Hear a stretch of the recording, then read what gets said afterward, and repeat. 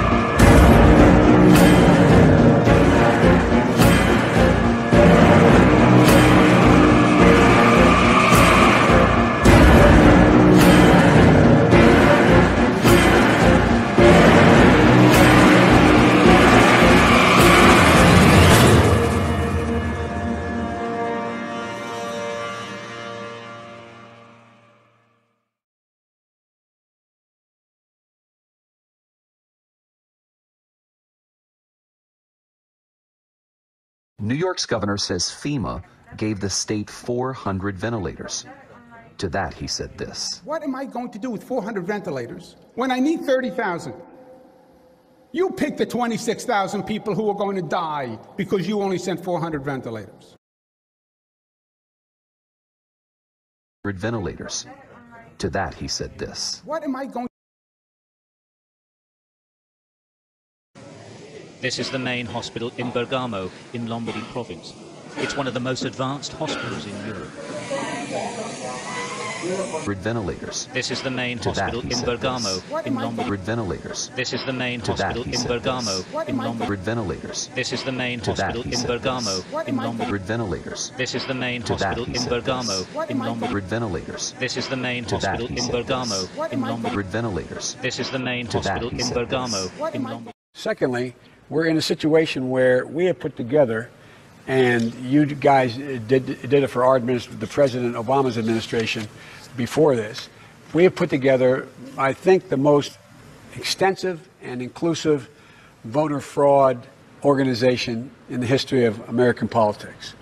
Vice President Biden, your reaction, and just 40% of Americans say they would definitely agree to take a coronavirus vaccine if it was approved by the government. What steps would you take to give Americans confidence in a vaccine if it were approved? Make sure it's totally transparent. Have the scientists of the world see it, know it, look at it, go through all the processes. And by the way, this is the same fellow who told you this is going to end by Easter last time. This is the same fellow who told you that, don't worry, we're going to end this by the summer. We're about to go into a dark winter, a dark winter. A dark winter, a dark winter. And he has no clear plan, and there's no prospect that there's going to be a vaccine available for the majority of the American people before the middle of next year. We have put together, I think, the most extensive and inclusive voter fraud organization in the history of American politics.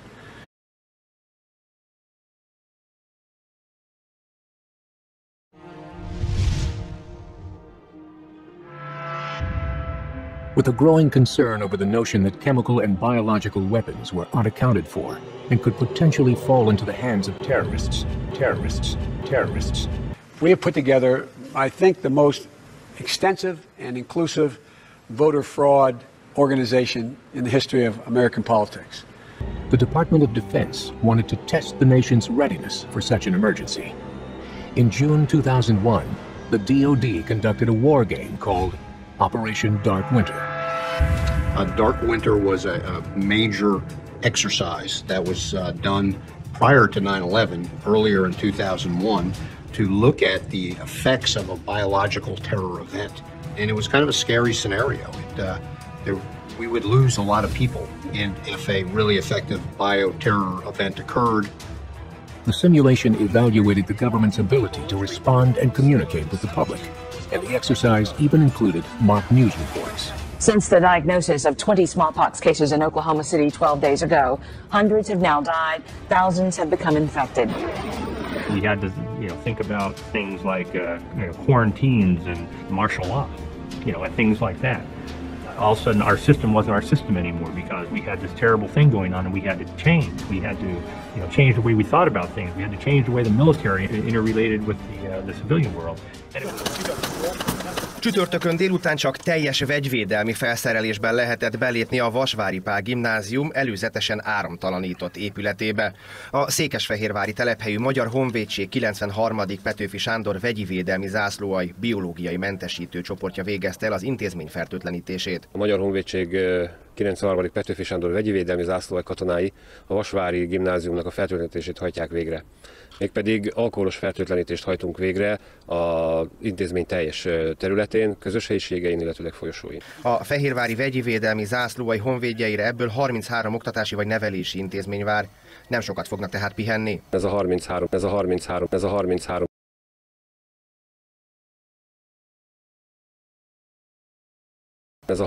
intézmény is az ország teljes területén található, tehát Győr-Sopron megyétől Hajdú megyéig, Debrecenig. And the conclusion were tens of millions of deaths, no commerce between states, no airplane flying for 6 months, and war between Oklahoma and Texas. Today, the world is confronting a public health emergency unlike any we've seen in over a century. We are facing a highly transmissible and deadly virus which not only claims lives but also disrupts the very foundations of our society. Our window of opportunity is closing. If we fail to improve our response now, based on science, I fear the pandemic will get worse and be prolonged. There will be likely a resurgence of COVID-19 this fall. It'll be greatly compounded by the challenges of seasonal influenza. Without better planning, 2020 could be the darkest winter in modern history. First and foremost, we need to be truthful with the American people. Americans deserve the truth. The truth must be based on science. We have the world's greatest scientists. Let us lead. Let us speak without fear of retribution. The virus is here. It's everywhere. We need to be able to find it, isolate it, and stop it. We need to have the right testing for everyone who needs it. What do you mean when you say 2020 will be the darkest winter in modern history? The window is closing to address this pandemic because we still do not have a standard, centralized, coordinated plan to take our nation through this response.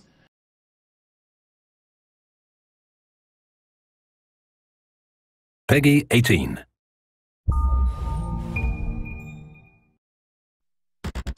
In 2001, a real-world exercise tested the emergency response to a bioterror attack on the continental United States.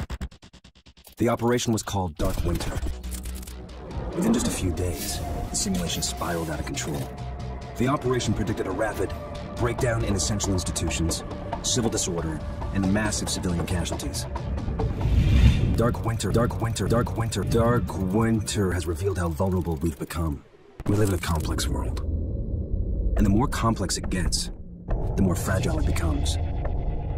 The system is built on a global supply chain that gets things where they're needed, just in time. We've created a house of cards. Remove just one, and everything falls apart. And what's fueling the system? Money. Money. Money. Money. Did you know that a flu virus can survive on the surface of a banknote for up to 17 days? What you just said is one of the most insanely idiotic things I have ever heard. At no point in your rambling, incoherent response were you even close to anything that could be considered a rational thought. Everyone in this room is now dumber for having listened to it. One day there will be a pandemic. One day there will be a pandemic. One day there will be a pandemic. It could begin during the crush of Black Friday sales. It could begin during the crush of Black Friday sales. It could begin during the crush of Black Friday sales.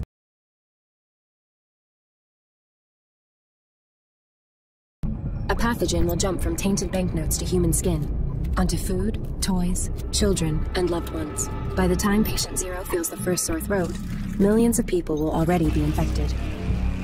From this point, the breakdown will happen fast. Day 1, hospitals will reach capacity. Panic will strike. Day 2, quarantine zones will be established. Resources will be rationed. Transport will go into lockdown. Day 3, international trade will stop. The oil will dry up. The stock market will collapse. Day 4, the power will fail. The shelves will be empty. The taps will run dry.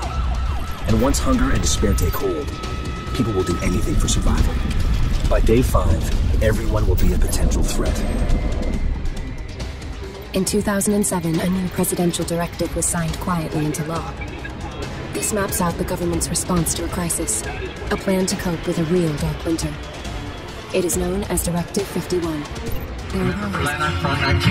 Thank you, Speaker. My question is to the Premier. In my supplemental question yesterday, I asked this government if the people of Ontario should prepare for internment camps. In September, the federal government posted a call for expressions of interest for contractors to supply, provide, and manage quarantine isolation camps throughout every province and every territory in Canada. These quarantine isolation camps, however, are not limited to people with COVID, but provide a wide latitude for many people to be detained. Surely this government is aware of the intentions to build these isolation camps from coast to coast. And my question to the Premier is, how many of these camps will be built, and how many people does this government expect to detain? From an House Leader. Thank you, Mr. Speaker. It is very true that when people leave the country and when they come back in, that the province is suggesting, and the federal government, in cooperation with the federal government, we are suggesting that people isolate themselves. That has been a practice that has been very successful, not only here in the province of Ontario, but across Canada. And we will, of course, be redoubling our efforts to make sure that the people of the province of Ontario remain safe, Mr. Speaker. So if the member is referring to the fact that that one of the public health policies is that when you return from a jurisdiction outside of the province of Ontario or from another country that you isolate yourself for 2 weeks, I would suggest that has been a good policy that's been working. In fact, this House has been doing the same thing since we came back.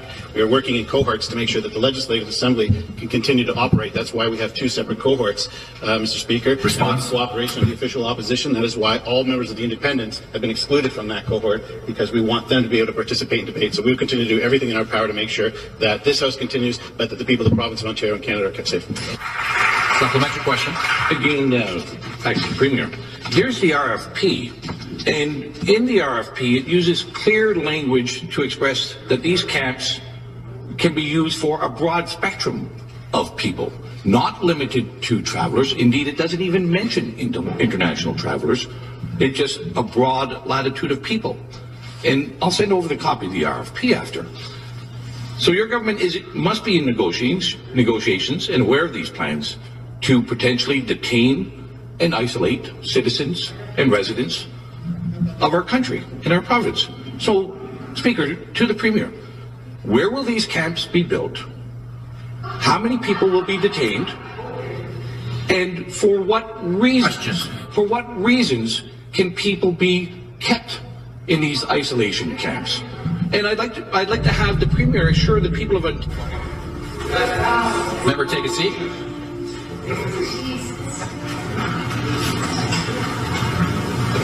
The next question. It is a big idea, a new world order. It is a big idea, a new world order.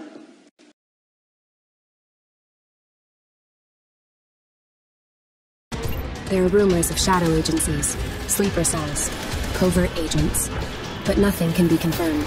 This was an important debate. I had planned another closing message, but I feel compelled to say what I'm about to say. Now, I risk sounding like a conspiracy theorist, but it's no longer a theory. What I'm about to say is fact. The secret organizations of the world power elite are no longer secret. They have planned and are now leading us into a one-world communist government. They have planned and are now leading us into a one-world communist government. We have a real chance at this new world order. We have a real chance at this new world order. Our complex world is primed for breakdown. And once the chaos strikes, there won't be resources to save us all. The only question left is, what will it take to save what remains?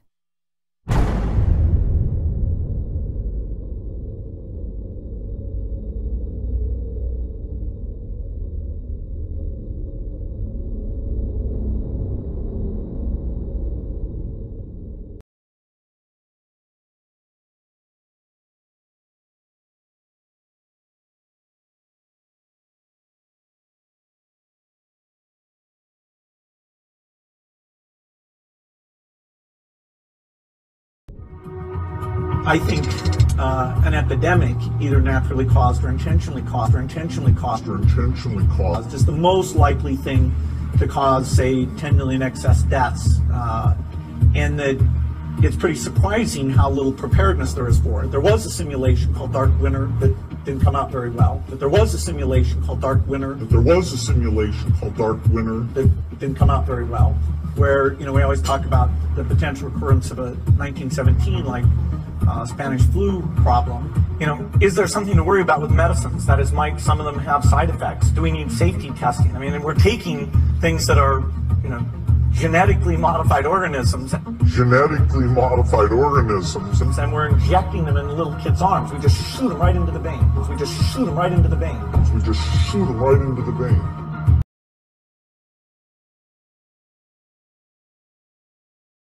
I could see that, how that would affect your Christmas. I made that whole thing up. What? I'm sorry.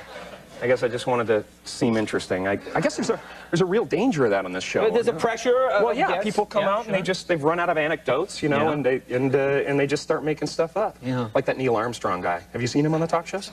Neil Armstrong, you mean the first man to walk on the moon? Talk about a fish story. Yeah. Man, and they're buying it. Oh, yeah.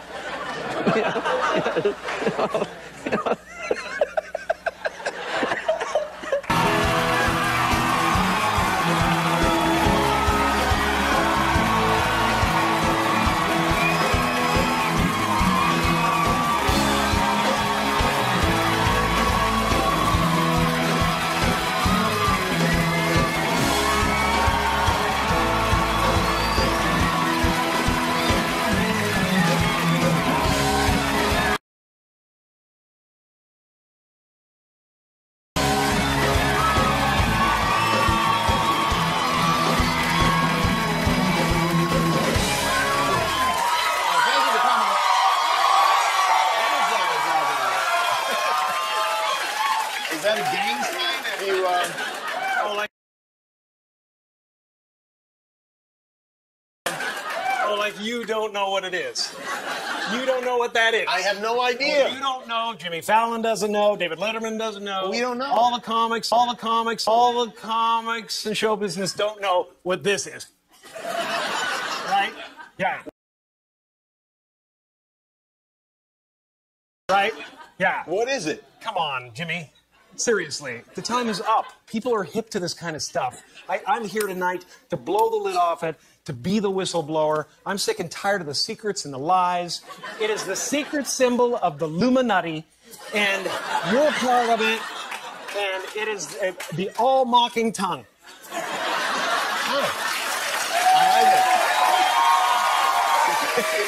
It's the symbol of the all-mocking tongue. And I'm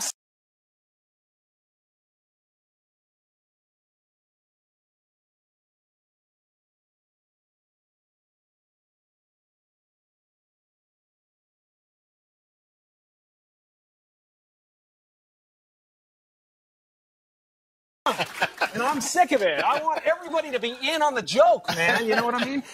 For years now, talk show hosts, people on television, people in sitcoms have been hired by the government to throw you off the track, to distract you, to make you laugh and stuff like that, make you happy and docile, so you don't know what's really going on. So you don't know what's really going on. So you don't know what's really going on. So you don't know what's really going on. You know, when they get out there in the woods in a circle naked and they decide these things, and, you know, and, you know, look at him trying to cover that. It's hilarious, hilarious. And, you know, and I'm sick of, oh, hold on a second.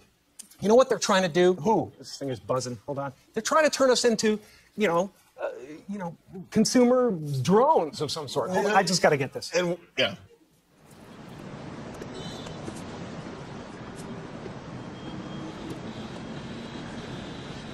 Férfi ruházat. Ne gondolkodj. Zárva.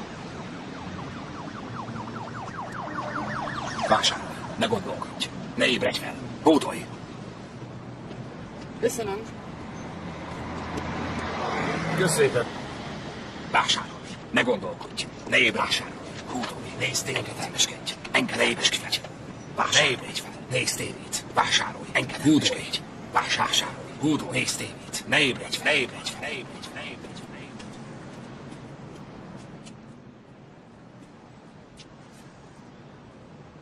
Engedelmeskedj. Engedelmeskedj. Ne ébredj fel. Ne legyenek kérdéseid.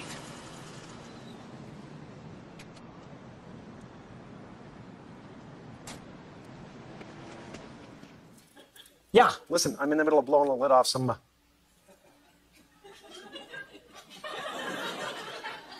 What happened? I'm sorry, Jimmy. I was temporarily interrupted by my iPhone 6 Plus.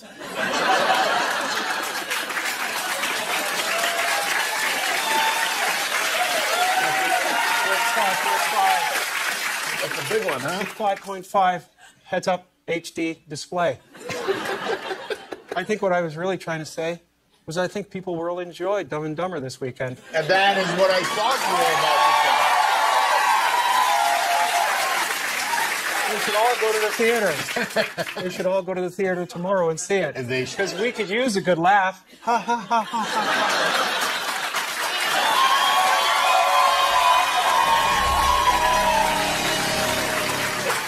We have put together, I think, the most extensive and inclusive voter fraud organization in the history of American politics.